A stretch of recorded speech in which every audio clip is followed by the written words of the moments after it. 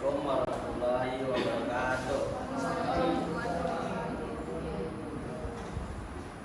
Pada kali ini saya akan menjelaskan analisis sistem uang bank dan finansial di Suriah.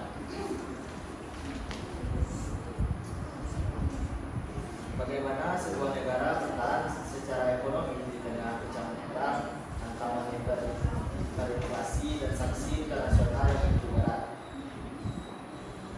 Seperti yang kita ketahui, Suriah telah dilanda konflik bersenjata lebih dari 1 dekade. Perang ini bukan sekedar krisis politik atau militer saja, tetapi menjadi total wajah perekonomian mereka.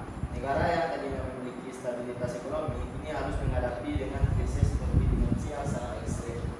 Kehidupan sehari-hari masyarakat berubah drastis. Kondisinya sungguh memprihatinkan.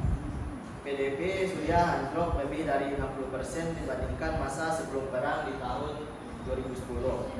Mengapa ini bisa terjadi? Yang pertama, adanya sanksi internasional yang membawa mereka terisolasi total dari perbankan global. Kedua, yaitu munculnya ekonomi perang, di mana wilayah-wilayah terpecah dan infrastruktur produktif hancur. Akibat gabungan semua ini, tingkat kemiskinan ekstrim melonjak sangat tajam. Lalu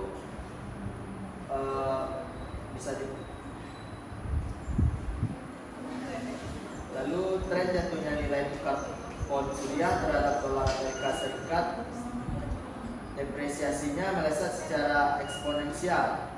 Jatuhnya mata uang ini memicu hiperinflasi yang langsung menghancurkan daya beli masyarakat biasa. Saking parahnya situasi ini, di beberapa wilayah uang kertas sudah tidak ada harganya, sehingga masyarakat terpaksa kembali ke sistem barter atau menggunakan mata uang asing untuk bertahan hidup. Lalu, apa yang dilakukan oleh Bank Sentral Suriah untuk merespon krisis ini? Mereka mengeluarkan 4 kebijakan drastis. Yang pertama yaitu membatasi penarikan uang tunai di bank. Tujuannya agar uang tidak lari ke luar negeri dan mengatasi kelangkaan uang fisik. Yang kedua yaitu kurs ganda. Mereka menerapkan nilai tukar yang berbeda-beda untuk mengatur aliran dolar yang masuk. Yang ketiga yaitu pemerintah melarang keras warga memakai dolar Amerika Serikat untuk transaksi lokal. Jika melanggar, hukumannya pidana. Yang keempat yaitu mereka terpaksa mencetak uang untuk bayar utang negara. Yang terjadi akhirnya adalah hiperinflasi yang makin parah. Lalu kita lihat sektor perbankannya. Perbankan di Suriah sangat didominasi oleh 6 bank milik negara. Masalah utamanya kredit macet. Mereka sangat menumpuk karena alunan seperti pabrik atau rumah yang hancur karena terkena serangan bom. Di sisi lain, bank swasta juga babak belur. Mereka terkena bunuh. Selain barang di dalam negeri, mereka juga ikut hancur karena krisis finansial di negara tetangganya, Lebanon. Padahal dulu Lebanon adalah gerbang uang bagi warga Suriah. Ini miliaran dolar milik warga Suriah tertahan di bank-bank Lebanon. Lalu di tengah kehancuran itu ada fenomena menarik, tumbuhnya perbankan syariah. Saat inflasi sangat tinggi, menabung di bank biasa justru merugikan karena bunga yang didapat lebih rendah dari laju inflasi. Di sini banyak bank syariah mengambil peran karena sistem syariah menghindari bunga. Mereka menawarkan investasi berbasis aset real sama seperti entitas bisnis lainnya saat ini.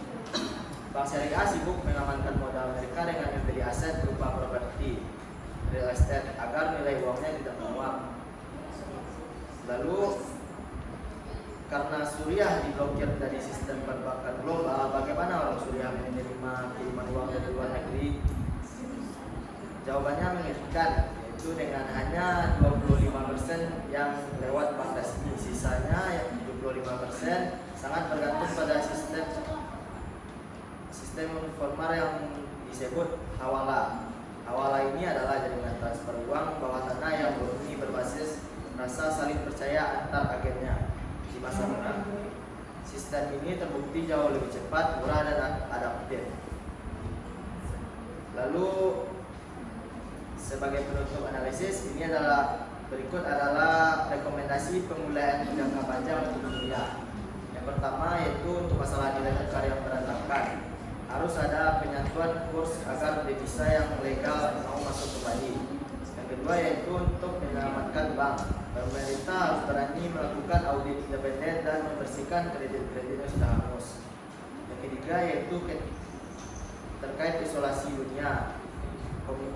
Komunitas internasional perlu membuka koridor perbankan khusus seperti PBB, UNICEF, dan lain-lain yang tujuannya agar uang atau kebutuhan kemanusiaan seperti obat dan makanan bisa masuk tanpa tersandarkan. Sekian yang dapat saya sampaikan. Assalamualaikum warahmatullahi wabarakatuh.